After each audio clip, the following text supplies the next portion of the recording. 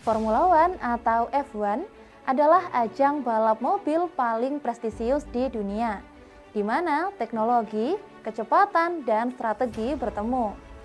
Namun, tahukah kalian kalau tidak semua merek mobil yang mencoba peruntungan di F1 berhasil mencapai kesuksesan?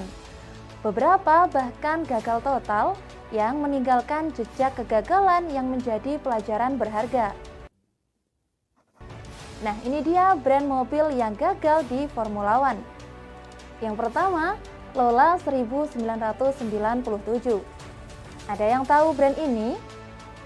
Lola adalah perusahaan pembuat sasis balap yang cukup terkenal di dunia motorsport, terutama di ajang IndyCar dan Sportscar. Namun, ketika mereka mencoba masuk ke F1 pada musim 1997, hasilnya justru menjadi bencana. Tim Lola bergabung dengan Mastercard sebagai sponsor utama dan menggunakan mesin Ford. Sayangnya, mobil mereka Lola T97 sangat tidak kompetitif. Pada kualifikasi Grand Prix Australia 1997, pembalap mereka Vincenzo Sospiri dan Riccardo Rosset mencatat waktu yang sangat lambat, bahkan lebih dari 11 detik lebih lambat dari pole position. Tim gagal lolos kualifikasi dan setelah itu tim kolaps karena masalah finansial. Lola hanya bertahan satu balap sebelum akhirnya mengundurkan diri dari F1. Yang kedua, Andrea Moda 1992. Andrea Moda adalah salah satu tim F1 yang paling terkenal karena kegagalannya. Didirikan oleh Andrea Sassetti, seorang pengusaha sepatu asal Italia. Tim ini sebenarnya adalah kelanjutan dari tim Koloni yang bangkrut. Mobil Andrea Moda S921 menggunakan mesin jut, tetapi kualitas mobil sangat buruk. Tim ini juga dikelilingi oleh kontroversi, termasuk tuduhan penggelapan dan manajemen yang buruk. Pembalap mereka, Alex Caffi, bahkan memutuskan keluar karena merasa tim tidak serius. Di Grand Prix Monaco 1992, Roberto Moreno gagal lolos kualifikasi. Sementara Perry McCarthy dilarang balap karena mobilnya dianggap tidak layak. Tim ini akhirnya dikeluarkan dari F1 setelah Grand Prix Italia 1992 karena masalah finansial dan kinerja yang buruk. Ketiga, Live Racing Engine 1990. Live adalah tim F1 asal Italia yang mencoba sesuatu yang berbeda. Menggunakan mesin W12 yang dirancang oleh Franco Rossi. Mesin ini dianggap revolusioner, tetapi pada kenyataannya mesin tersebut sangat tidak reliabel dan lemah. Mobil Live L190 seringkali gagal menyelesaikan putaran kualifikasi. Dan pembalap mereka, Gary Brabham, hanya bertahan satu balap sebelum digantikan oleh Bruno Giacomelli. Tim ini gagal total dalam setiap upayanya, bahkan tidak pernah lolos kualifikasi sepanjang musim 1990. Live akhirnya mengundurkan diri setelah hanya setengah musim. Keempat, Pacific Grand Prix 1994 sampai 1995. Pacific Grand Prix adalah tim asal Inggris yang awalnya sukses di ajang Formula 3000 sebelum mencoba peruntungan di F1. Mereka menggunakan sasis yang dirancang untuk proyek F1 yang gagal sebelumnya, Reynard, dan mesin Ilmor. Sayangnya, mobil Pacific PR01 sangat tidak kompetitif. Pada musim 1994, mereka sering gagal lolos kualifikasi dan hanya berhasil finish di beberapa balap. Musim 1995 tidak lebih baik, meskipun mereka menggunakan mesin Ford yang lebih andal. Tim ini akhirnya bangkrut dan keluar dari F1 setelah 2 musim yang penuh perjuangan. Kelima, Forticors 1995 sampai 1996. Forticors adalah tim asal Italia yang awalnya tampak menjanjikan. Mereka menggunakan mesin Ford dan memiliki sponsor yang cukup baik. Namun, mobil 40 FG01 tidak mampu bersaing dengan tim-tim lain. Masalah finansial mulai menghantui tim ini, terutama setelah sponsor utama mereka, Pamalat, menarik dukungan. Pada musim 1996, Sporty mencoba bertahan dengan mengembangkan mobil FG03. Tetapi mereka tidak pernah bisa bersaing. Tim ini akhirnya bangkrut di tengah musim 1996 dan menghilang dari panggung F1.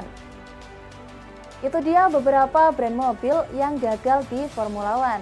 Sebenarnya masih banyak nama brand mobil lain yang gagal di F1. Kita bahas di part kedua ya. Thanks for watching.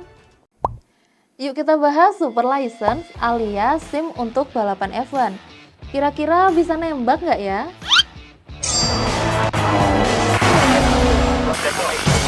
Super License Formula One adalah lisensi khusus yang harus dimiliki oleh seorang pembalap agar bisa berlaga di kejuaraan Formula One.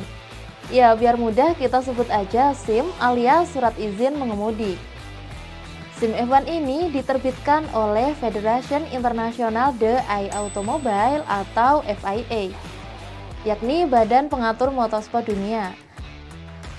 Super License bisa dibilang seperti SIM tingkat dewa di dunia balapan roda 4, karena tidak semua orang bisa memilikinya. Hanya pembalap-pembalap yang memenuhi kriteria tertentu yang layak mendapatkannya. Jadi ya nggak bisa nembak kayak di... Untuk mendapatkan Super License tidak semudah kayak bikin SIM biasa. Ada beberapa persyaratan yang harus dipenuhi, antara lain umur minimum. Pembalap harus berusia minimal 18 tahun. Memiliki lisensi balap internasional kelas A. Ini adalah lisensi balap tingkat tinggi yang diterbitkan oleh FIA. Menempuh minimal 300 km mengendarai mobil F1. Pembalap harus menyelesaikan jarak ini dalam waktu tertentu dan harus dilakukan di sesi resmi tes F1 atau acara lain yang diakui FIA. Mengumpulkan 40 poin Super License. Poin-poin ini diperoleh dari prestasi di kejuaraan balap lain dalam 3 musim terakhir. Berbagai seri balap memiliki poin berbeda. Contohnya, juara Formula 2 mendapatkan 40 poin. Cukup untuk langsung memenuhi syarat Super License. Juara Formula 3 mendapatkan 30 poin. Berpartisipasi di kejuaraan balap lain seperti Super Formula atau seri LMP1 juga bisa memberi poin. Tes pengetahuan tentang regulasi F1. FIA juga mengharuskan pembalap memahami aturan dan regulasi Formula One. Nah, untuk mendapatkan Super License tidak gratis dan biayanya tidak murah. Untuk biaya dasar mendapatkan Super License, pembalap harus membayar sekitar 10.400 euro atau sekitar 170 juta. Kenapa biaya dasar? Soalnya ada biaya-biaya lainnya, yakni biaya tambahan per poin kejuaraan. Setiap poin yang diperoleh pembalap di kejuaraan dunia dikenakan biaya tambahan sekitar 2.100 euro atau sekitar 34 juta per poin. Sebagai contoh, pembalap yang mengumpulkan 300 poin di akhir musim akan membayar lebih dari 600.000 euro hanya untuk memperbarui Super License-nya. Jadi, semakin sukses pembalap, semakin mahal biayanya. Udah bikinnya susah, bayarnya mahal lagi. Kenapa Super License penting? Super License memastikan bahwa hanya pembalap terbaik dan paling berpengalaman yang bisa bersaing di Formula One. Ini menjaga keamanan dan kualitas balapan di tingkat tertinggi motorsport dunia. Jadi, Super License bukan sekedar dokumen, tetapi bukti bahwa seorang pembalap memiliki kemampuan, pengalaman, dan pemahaman yang memadai untuk mengendalikan mobil Formula One di lintasan. Nah, gimana? Udah paham kan? Itulah pembahasan tentang Super License alias SIM balap Formula One. Terima kasih sudah menonton. Jangan lupa like, komen, dan subscribe. See you on the next video.